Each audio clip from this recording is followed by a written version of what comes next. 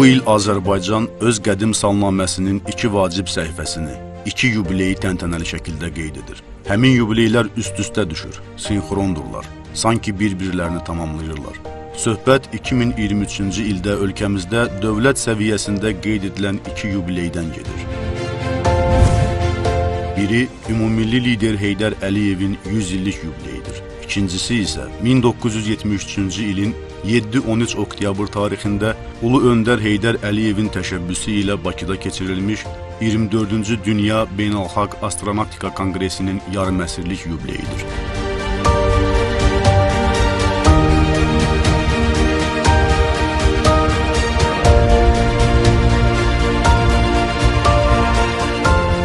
O vaxt 30 ölkəni təmsil edən 1500 nümayəndə düz bir həftə ərzində şəhərimizdə qızğın müzakirələr apardı.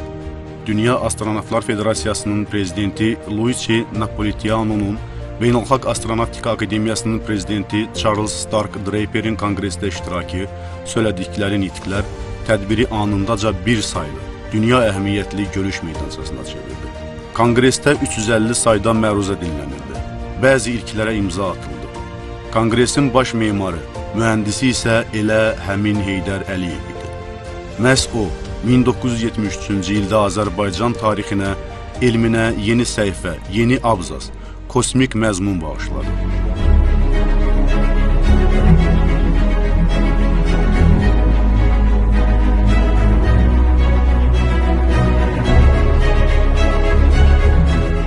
Kosmik fəzalara Azərbaycanın çıxışı çox pilləli, çox mərhələli idi. Həm də məhz Heydər Əliyevin birbaşa rəhbərliyi müvafiq kosmik senarisi çərçivəsində axarında reallaşdırıldı. Sezseri kosmik proqramının canlı ikonası Valentina Tereşkova, kosmik gəmilər üzrə Dövlət Komissiyasının sədri Kərim Kərimovla Heydər Əliyevin görüşləri, nadir fotolar, kino çəkilişlərlə sənədləşdirilib yaddaşlara həkk edildi. Müzakirələr Azərbaycanda kosmik tədqiqatlar, kosmonavtikanın yaranmasına birbaşa təkan verən əsl kosmik beyin fırtınası idi. Görüşlərin sonunda Heydər Əliyev qələmindən çıxmış bax bu kollektiv partiya qərarı imzalandı. Azərbaycan SSR Elmlər Akademiyası Rəyasət Heyətinin Beynəlxalq Astronavtika Federasiyasının 24-cü konqresinin keçirilməsi ilə bağlı təqdim etdiyi Respublika Təşkilat Komitəsinin tərkibi təsdiq edilsin. Təşkilat Komitəsinə tapşırılsın ki, konqresin hazırlanması və keçirilməsi ilə bağlı konkret tədbirlər planını 20 gün ərzində hazırlasın və Azərbaycan Kommunist Partiyasının Mərkəzi Komitəsinə təqdim etsin. 1973-cü il 27 mart. 18 nəfərlik təşkilat komitəsində Azərbaycan elminin və ictimai siyasi həyatının ən görkəmli simalarının adı vardı. Təşkilat komitəsinin sədri, Azərbaycan SSR Nazirlər Soveti sədrinin birinci müavini, Elmlər Akademiyasının müxbir üzvü İsmail İbrahimov, müavini isə Azərbaycan SSR Elmlər Akademiyasının prezidenti Həsən Abdullayev idi.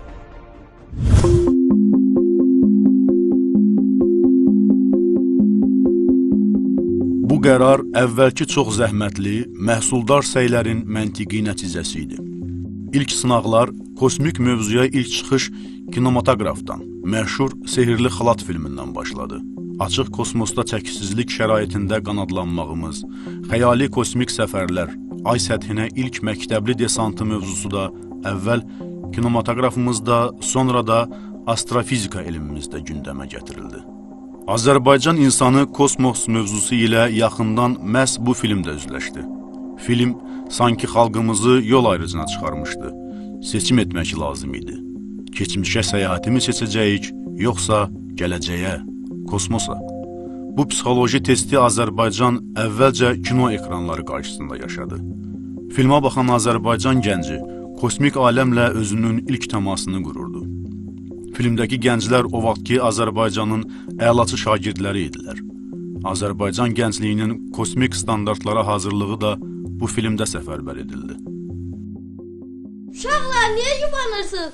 Axı bizim bugün Mars'a ekskursiyamız var. Tez olun, gedək. Mars'a ekskursiya? Əlbəttə. Bizi də aparın. Gedək uşaqlar, tələsiniz, evdə qalın. Bu nə raketdir? Bu da bizimki kimi rakettir. Salam Vasili Dmitrievich. Salam Eynanlı müəllim. Siz öz yetiştirmələrinizlə hara belə? Yaxına, yeni eriyə. Ya siz? Biz Marsa.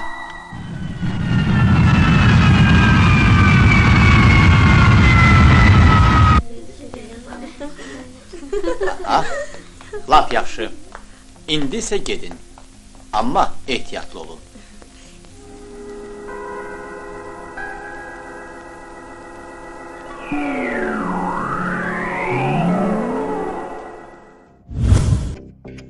Lakin Azərbaycanın kosmos mövzusuna daxil olması, bu mövzunu fəth etməsi filmdəki qədər rahat alınmadı. Heydər Əliyev Azərbaycanı sesleri miqyasında yeni kosmik senariya salmağa çalışırdı. İlk maneə ölkənin ənənəvi olaraq ancaq neft-kimya məskəni sayılması idi. Moskva Bakını yalnız kosmik yanacaq istehsalçısı kimi görmək istəyirdi.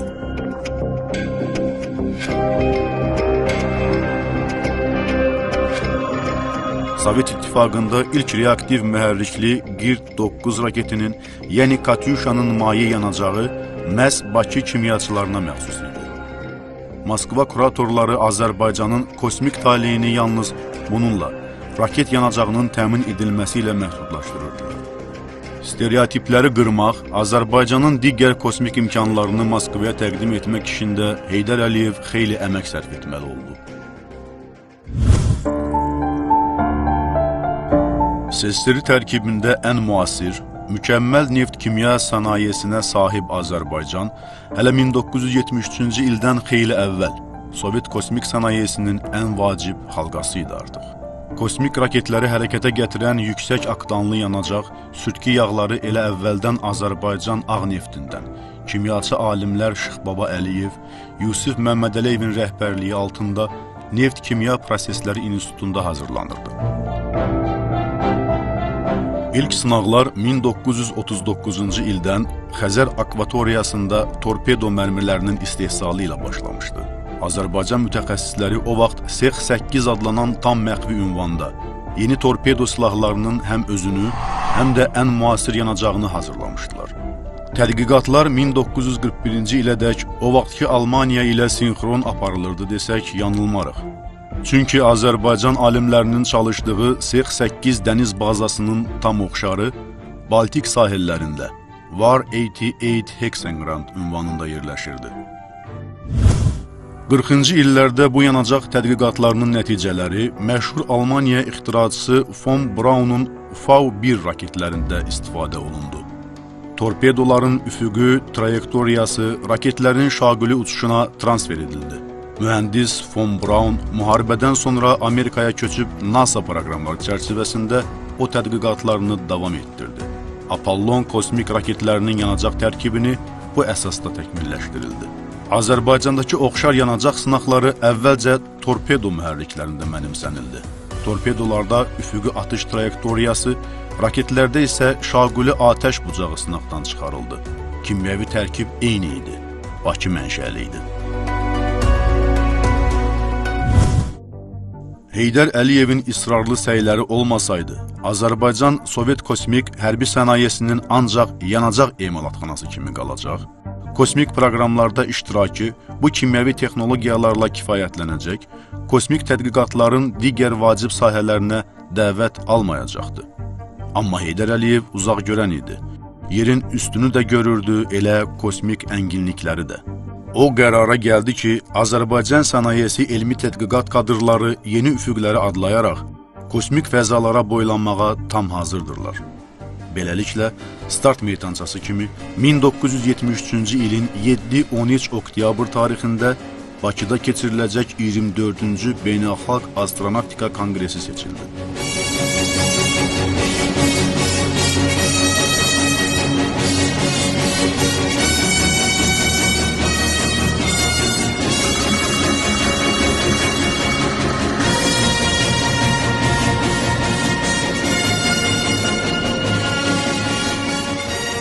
Konqresin ulduzları, bir saylı qonaqları sözsüz ki, açıq kosmos təcrübəsi olan Amerika astronavtı Thomas Stafford, Sovet kosmonavtları 2 dəfə Sovet İttifaqı qəhrəmanı Vladimir Shatalov, Vitali Sevastyanov, Georgi Beregovoy və kosmik qardaşlığın digər nümayəndələri idi.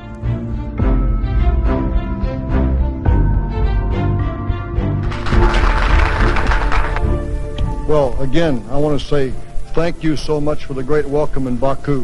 Bakıda möhtəşəm qarşılanmağımıza görə bir daha təşəkkür edirik. Hesab edirəm ki, bu ölkələrimiz və hər iki ölkənin kosmonavtları və astronavtları üçün çox rəmzi məna daşıyır. Əminəm ki, bu əməkdaşlıq bütün digər sahələrdə də davam edəcək. Həmçinin Sovet kosmonavtlarının Soyuz 12-nin kosmosa uçuşunun uğurla başa çatması münasibətilə təbrik edirəm. Сейчас, пожалуй, самые интересные проблемы. Konqresdə müzakirə ediləcək ən maraqlı mövzular bunlardır. Birincisi, kosmik vasitələrin yerin təbii mühitinin və resurslarının tədqiqatı məqsədi ilə istifadəsi, şübhəsiz ki, bu kosmik texnikanın inkişafı üçün yer ətrafı fəzanın mənimsənilməsi üçün geniş perspektivlər açır. Eləcə də kosmik vasitələrin təhsildə istifadəsi, kosmonavtikanın perspektiv inkişafı və əlbəttə ki, köhnə olsa da hələ də həllini tapmamış digər sivilizasiyalarla əlaqələrin qurulması mövzusunda çıxışlar da maraq doğurur.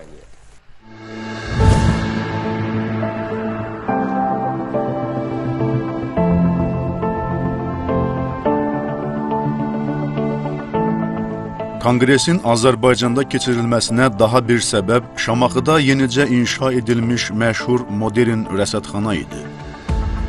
Bu, çox vacib məqam idi.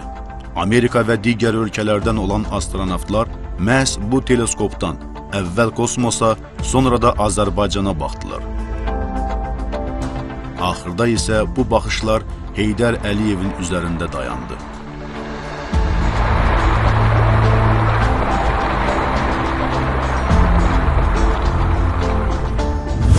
Görkəmli dövlət xadimi Heydər Əliyev Azərbaycana rəhbərlik etdiyi bütün dövrlərdə Azərbaycan elminin inkişafına xüsusi önəm verir. 20-ci əsrin 70-ci illərində Ulu Öndərin təşəbbüsü ilə minlərlə Azərbaycanlı gənc aparıcı elmi mərkəzlərdə ixtisaslı kadr kimi yetişdirilib.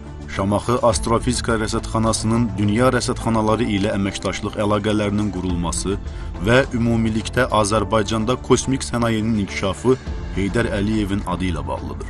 Ulu Öndər 1974-cü ilin sentyabrında rəsədxanaya gələrək alimlərlə görüşdü. Elm adamlarının iş fəaliyyəti ilə maraqlandı, problemləri ilə yaxından tanış oldu. Elm ocağının fəaliyyətini daim diqqət mərkəzində saxladı. Heydər Əliyevin zamanında verdiyi sərəncamlar indi də öz bəhrəsini verməkdədir. Ümummilli liderin göstərişi ilə ilk dəfə olaraq 1976-cı ildə indiki Bakı Dövlət Universitetində astrofizika kafedrası yaradıldı ki, hazırda rəsədxanada çalışan alimlərin əksəriyyəti məhz həmin kafedranın məzunlarıdır. Ümummilli liderin rəsədxananın inkişafına yönələn digər məqsəd yönlü sərəncamları da uğurla həyata keçirilmişdir. Məhz Heydər Əliyevin göstərişi ilə bir çox nazirlik və dövlət komitələri tərəfindən rəsədxanaya bütün zəruri köməklik göstərildi. Ulu Öndərin diqqət və qayğısı nəticəsində 1970-81-ci illərdə rəsədxananın nüfuzu beynəlxalq aləmdə sürətlə artdı, elmi, texniki və intellektual səviyyəsi yüksək zirvələrə ucaldı.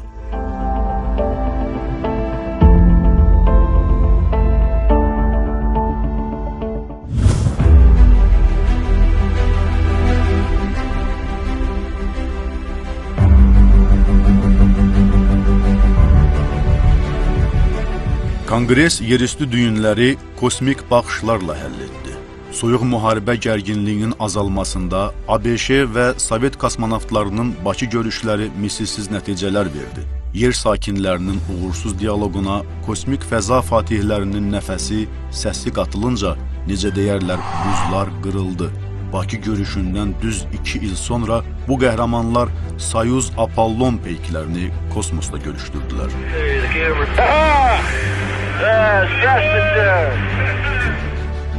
24-cü Beynəlxalq Astronavtika Konqresinin Bakıdakı nəticələrini əsl triumf saymaq olar. Yerüstü görüşlər kosmosda davam etdirildi. Soyuz Apollon cütlüyü brendi dünyada qarşı durmanın səngiməsinə, silahların ixtisarına ciddi töhfə vermiş oldu.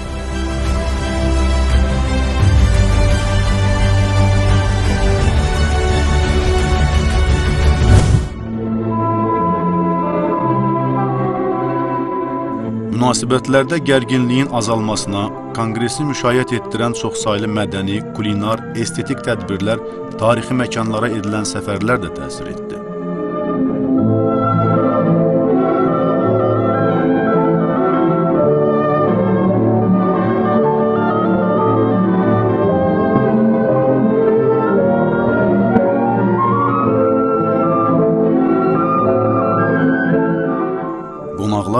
Qobustan tarix qoruğundadırlar.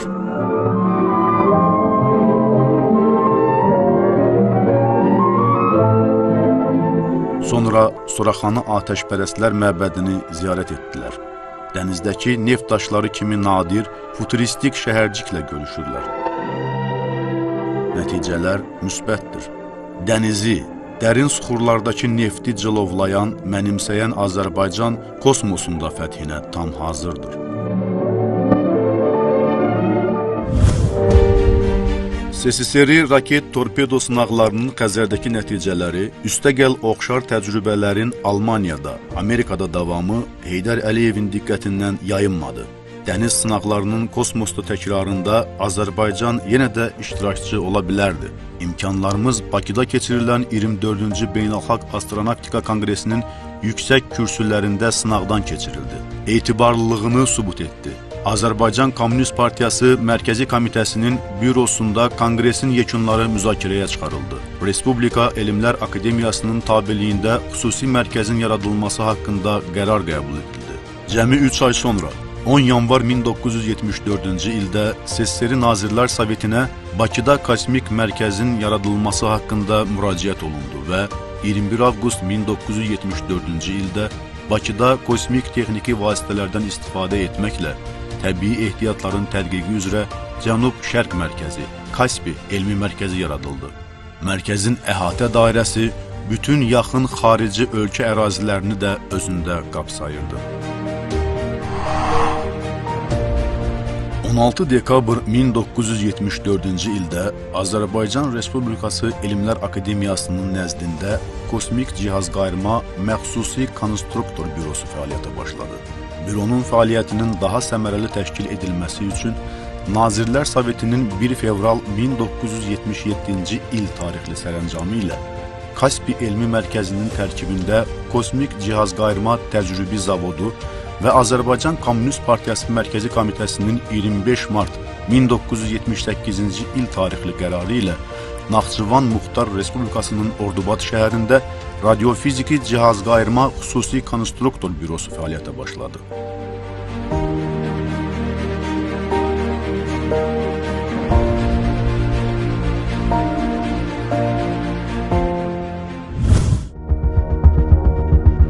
Kosmik Cihazqayırma Təcrübi Zavodunun yaradılması Kaspinin potensial imkanlarını daha da genişləndirdi, yeni istehsal sahələri öz dövründə müasir texnologiyaların mənimsənilməsinə təkan verdi, perspektivli gənc kadrların formalaşmasında mühüm rol oynadı. Artıq Kaspidə yaradılmış bir sıra ölçü sistemləri, cihaz və avadanlıqlar, həmçinin işlənib hazırlanmış elmi metodiki baza, beynəlxalq miqyasda nüfuzlu kosmik təşkilatların diqqətini cəlb edirdi. Elmi mərkəz yaxından tanınmağa başlamışdı. 1977-ci və 1980-ci illərdə Bakıda məsafədən zondlama üsullarının tətbiqi üzrə Birləşmiş Millətlər Təşkilatının tədris seminarları keçirildi. Dünyanın 30-a yaxın müxtəlif ölkəsindən nümayəndələrin iştirak etdiyi həmin seminardan sonra təşkilatın xarici əlaqələri daha da genişləndi. Mütəxəssislər Interkosmos proqramına qoşularaq Polşa, Macarıstan, Bolqarıstan, Amerika, Hindistan, İngiltərə, Kanada, Almaniya, Monqolistan və digər ölkələrin mütəxəssisləri ilə fikir mübadiləsi aparmaq imkanı əldə etdilər. Kaspi Elmi Mərkəzinin fəaliyyəti dövlət və hökumət rəhbərliyinin diqqətindən kənarda qalmadı. Heydər Əliyev bir neçə dəfə təşkilata baş çəkdi, problem və nailiyyətlərlə yerindəcə tanış oldu. İnkişaf perspektivləri ilə əlaqədar öz dəyərli tövsiyələrini verdi. Kosmosdan çəkilmiş fotolar və məlumatlar mövzusu isə incə nüanslardır. Kosmik fotolar, videolar dövlət təhlükəsizliyi, kəşfiyyat qurumlarının da həmişə diqqətində olub. Ancaq bu fotoların yerdəki ünvanlarına yetişmək, coğrafi koordinatları dəqiqləşdirmək üçün elmin bütün sahələrini bir araya gətirmək gərəkdir. Riyaziyyatdan tutmuş biologiya, nəbatat, kənd təsərrüfatı sahələrinədək. Azərbaycanda bu konqresdən sonra kosmik məlumatları dəqiqləşdirən xeyli sayda elmi müəssisə yaradıldı, mütəxəssislər yetişdirildi. За последние годы мы практически обеспечили Son illər ərzində biz 5 sosialist ölkə poligonlarında sinxron və kvazisinxron tədqiqatların keçirilməsini təmin etmişik. Odur ki, bizdə Azərbaycanda bu uçuşlarla bağlı unikal materiallar toplanıb. Hazırlanmış metodika artıq özünün real olduğunu, real nəticələr verə biləcəyini göstərir. Konqresdə toplanmış təcrübə, bilgilər sonradan bir çox elmi tədqiqat institutlarının əsasına qoyuldu. Bakıda mürəkkəb kosmik qurğular, dəzgahlar, mikrosxemlər istehsalı başladı. Kosmik məlumatlar xalq təsərrüfatının bütün sahələrində vacib istinad nöqtəsinə çevrildi. Konqresin proqramı qaldırdığı mövzular, suallar Azərbaycanın sonraki kosmik tədqiqatlarında hər zaman diqqət mərkəzində oldu. Misal üçün, kosmik tədqiqatlara aid filmlərdə Azərbaycan-Fransa arasında kosmik əməkdaşlıqdan söz gedir. Almaniya ilə də oxşar tədqiqatlar aparılıb. Hədəf kosmik fotolardakı koordinatların dəqiqləşdirilməsidir.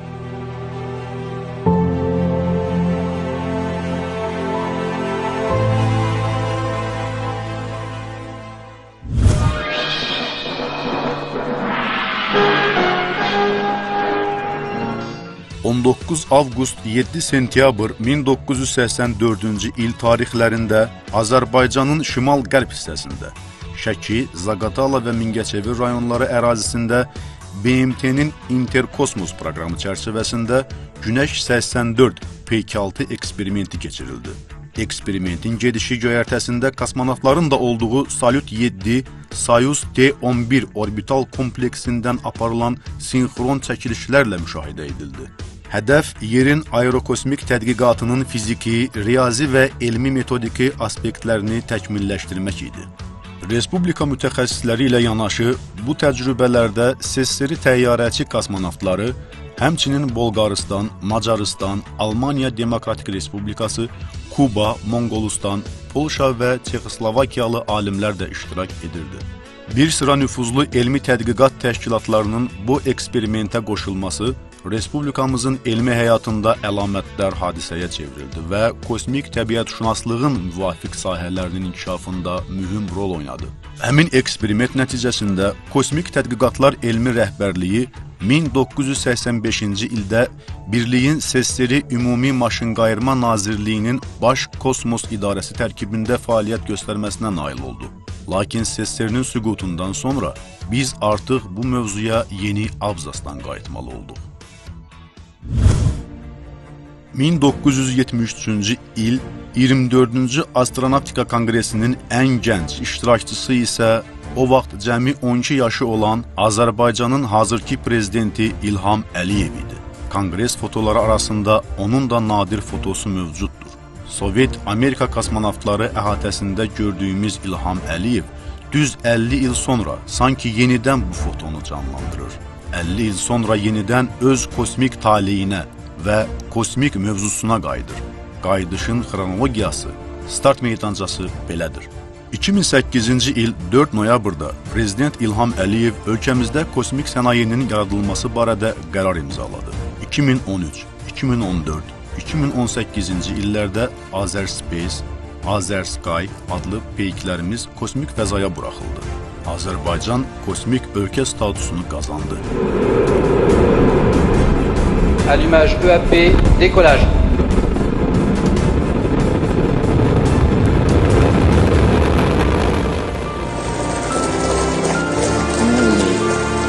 People from Azerbaijan in blue turquoise standing, cheering.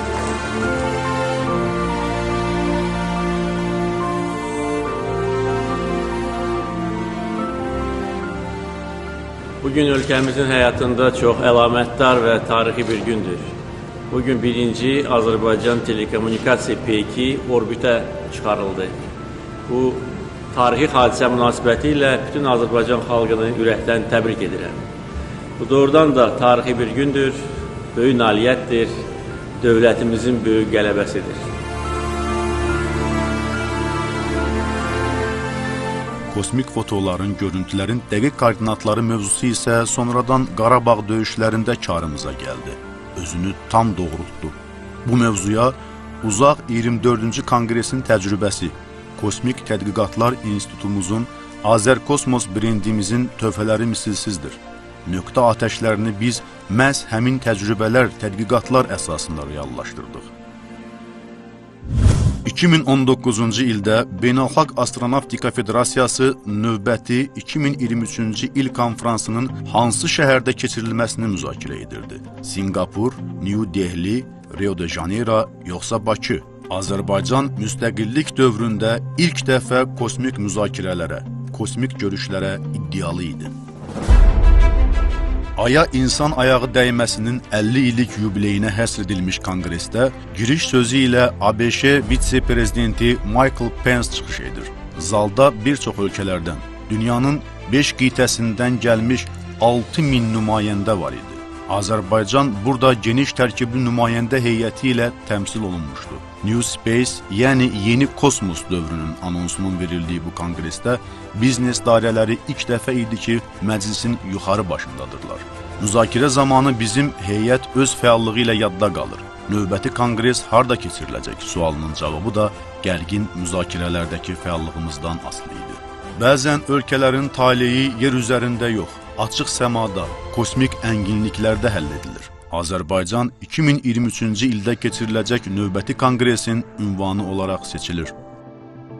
Bugün Azərbaycan yüksək texnologiyalar, nəqliyyat, əlaqələndirmə və bu kimi vacib sahələrdə regionda nüfuzlu qüvvə kimi çıxış edir.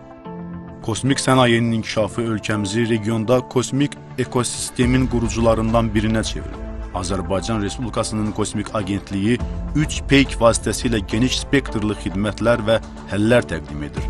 Texnoloji tərəqqiyə dəstək verir. Kosmik sahədə beynəlxalq əməkdaşlığa dəyərli töhfələr verir. Qlobal layihələrdə iştirak edir. Xidmət göstərdiyi ən uzaq ölkələrdə belə dövlətin dəstəyinə arxalanaraq onun nüfuzunu təmsil edir.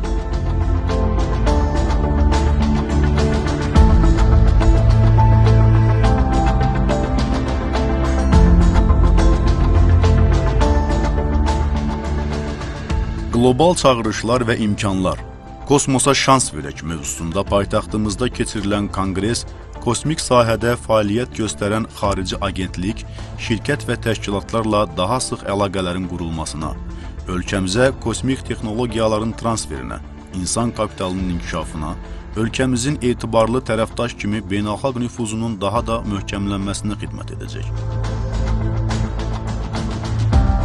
Gələcək nəsillərə inkişaf etmiş və təhlükəsiz dünya bəxş etmək üçün qlobal kosmik sənayenin aparıcı qüvvələrindən birinə çevrilmək lazımdır.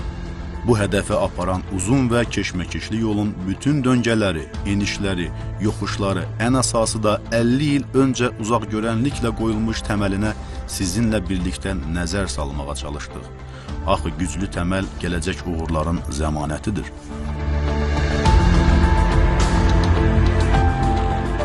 "50 il sonra Bakıda təkrarlanacaq tarix də öz elmi müzakirələri, yeni simaları ilə yadda qalacaq. Lakin əvvəlkilərini unutmamaq şərti ilə."